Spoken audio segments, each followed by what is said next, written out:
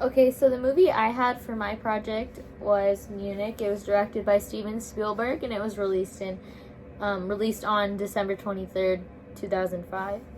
And this movie is supposed to be a depiction of what happened after the 1972 Munich massacre at the Olympics, where a group of Palestinian terrorists known as Black September captured and killed 11 Israeli athletes and their coaches. So this movie is just the depiction of the Israeli intelligence agency, like just as Israel as a country, their response to the terrorist attack. So this movie is it has the hit team known as Mossad, which is kind of organized by the Prime Minister of Israel, Mir, where they 5 men are hired to go to Europe and capture and kill all those that are thought to be responsible for the attack. So this movie is just showing that process of the hit team going to Europe and killing all of these terrorists. And then at the end of it, it shows the main character, also the lead of the hit team, Avner, where he is struggling to he can't really decide whether his mission was worth it or not, because of the fact that it was so traumatizing. He couldn't tell anyone what he did. Like, no one knows. They were the ones responsible for killing these individuals.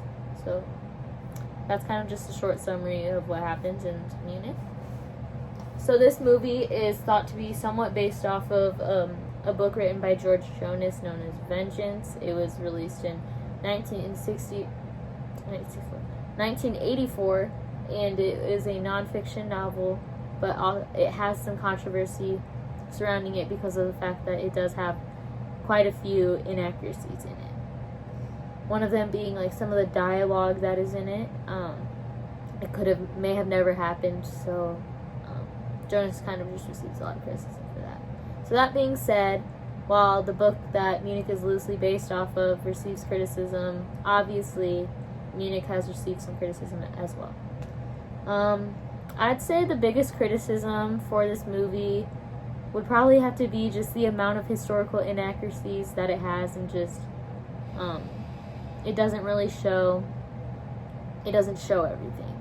Like, for example, one article I read said that the Palestinians' terrorist attack on Israel was because of a German rescue operation that failed, and so that led to the massacre. Okay, so I forgot to mention what kind of like a little bit of background on what the German rescue operation was. So, a source I read said that the rescue operation was somewhat like a 9/11 for the time, like of the 1970s, because previously they thought terrorism was only like a problem in the Middle East, but then when the Germans like rescue mission failed and it ended in a stalemate, basically that's when people started to realize like it's not like it can happen anywhere. So basically it was the rescue operation was it was like Palestinians and Israelis on a plane, and they were supposed to land and meet the Germans, and then the Germans decided that they were going to abandon their positions, and then they started open fire, and that led to 11 Palestinians dying, and then I believe it's 11 Israelis, 5 Palestinians, and then 1 German officer to die during this. So it was like, it wasn't like a planned attack, and so they kind of just switched what they were doing, and so that's kind of what started everything, and that's one of the things that the movie Munich was criticized for not including, because it only just showed like the response to the Munich massacre at the Olympics. It didn't include anything that was like that led up to it. It's one thing that Spielberg did not even mention, so he's criticized for that, for not including everything that he should have. But then again, this movie is more about the response Israel had to the massacre, not so much what led up to it. So, one criticism that I read on the film was from a former Mossad official, which is once again the group that was responsible for killing these terrorists. So, his name is David Kimchi. I'm not sure if I'm saying that right, but that's his name. Excuse me. And he said, I think it is a tragedy that a person of the stature of Steven Spielberg, who has made such fantastic films, should have based this film on a book that is a falsehood. So, it's criticizing the fact that Spielberg based his movie off of a book that wasn't accurate, because that just leads to him having more inaccuracies. So that's one of the criticisms I found. And then another one is by a man of the name Scott Halloran, and he said, once again, Spielberg transforms a serious subject, a historic act of Arab terrorism, into a skillfully arranged horror show, trivializing another example of 20th century barbarism. It's hard to tell what, if anything, Mr. Spielberg's picture stands for, other than loud explosions, grotesque close-ups, and throwing every excuse for terrorism up on the screen. Certainly not justice. So it's not only criticized for being inaccurate, but it's criticized because it's not doing anything. It's not, there's really no purpose to this movie just besides having just throwing explosives and loud noises, everything up on the screen just for entertainment. It's not really doing anything. But, yeah. That being said, though, Munich is classified as a drama or a thriller, and it is said to be inspired by real events. So, it is inspired by something that truly happened, but that does not mean that, in my opinion, I don't think it should be as heavily criticized as it is, just because of the fact that it has historical inaccuracies, but it's also not supposed to be nonfiction, it's based off of a real event, but that doesn't mean that everything has to be 100% true in it, because Spielberg isn't claiming that that's how it is, So even though it is heavily criticized, it did receive a lot of awards in the following year. So one of them was the Oscar for Best Motion Picture of the Year, and then also the Best Achievement in Film Editing. So yeah. So just kind of going off of that, the cinematography in this movie is kind of praised, because it just the techniques that they used to film the movie kind of helped create a barrier between reality and the movie, if you know what I'm saying, because the movie isn't accurately portraying what truly happened. So the techniques the cameramen used just were perfect to separate the two. And also a lot of people have said that they enjoyed the aesthetic because it kind of made you feel the way they filmed it. It just was a really good way to kind of just show the themes and then character details and other things like that. And also it had kind of a gritty, not super clear picture and stuff when you're watching it. So it's kind of even though it was made in 2005, so obviously the editing and everything could be a lot better, because of the technology that we have in from 2005 compared to when the Munich massacre or the revenge mission actually occurred, which was in 1970. So the Munich massacre was in 72, and then they tried to go for it in 1973. So I think that the choice to make I feel the quality, I don't know if that's the right word, but the quality of the picture to be less, it's more gritty and dull, that it made it more accurate, because of the fact that the revenge mission happened in 1973.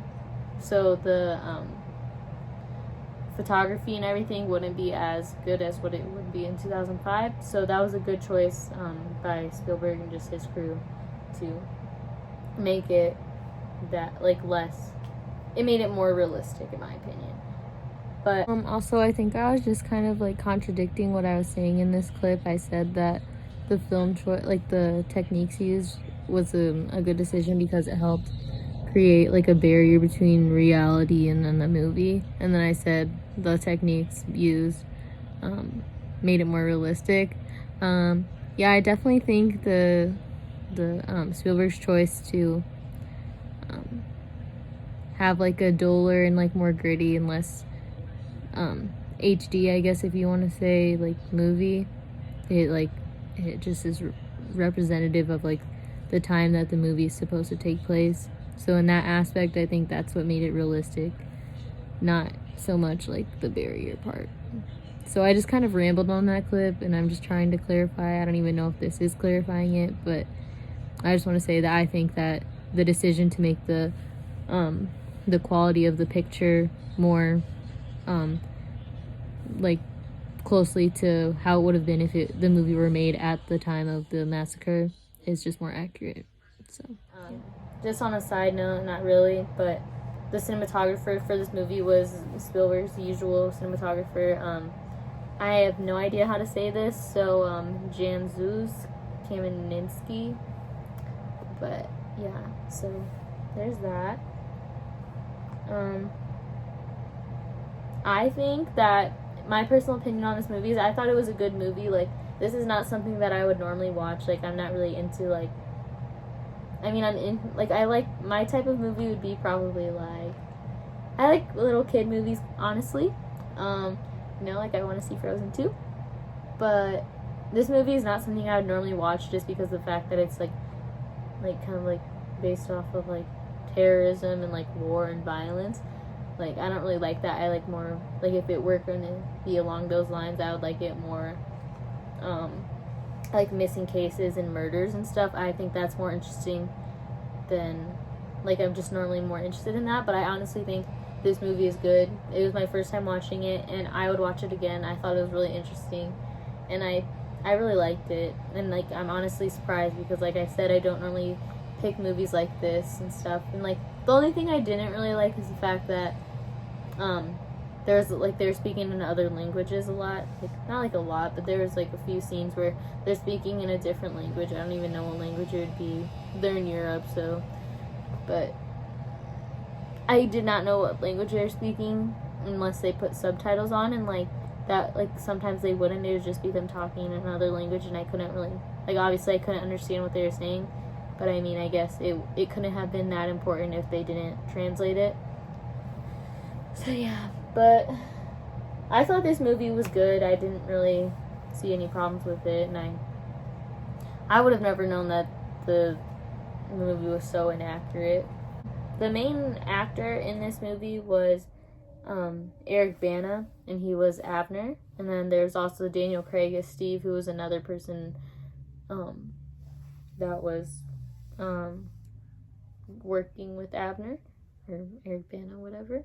And then also, there's other people, but those are like two of them more well known. Okay, so I kind of just ended the video at like a weird spot, like talking about the cast and stuff. So I just want to say, like, to wrap it up, that I really enjoyed my movie, and like I said, I would watch it again, and I would recommend it to people because it's a good movie. And I also don't think that it should receive as much criticism as it does for being so historically inaccurate, because I don't think Spielberg claimed for it to be 100% accurate or anything. So yeah, I really like this movie, and despite all of the criticism it gets, it also still won a lot of awards. So obviously there's like that says something about it. And yeah, so that's all.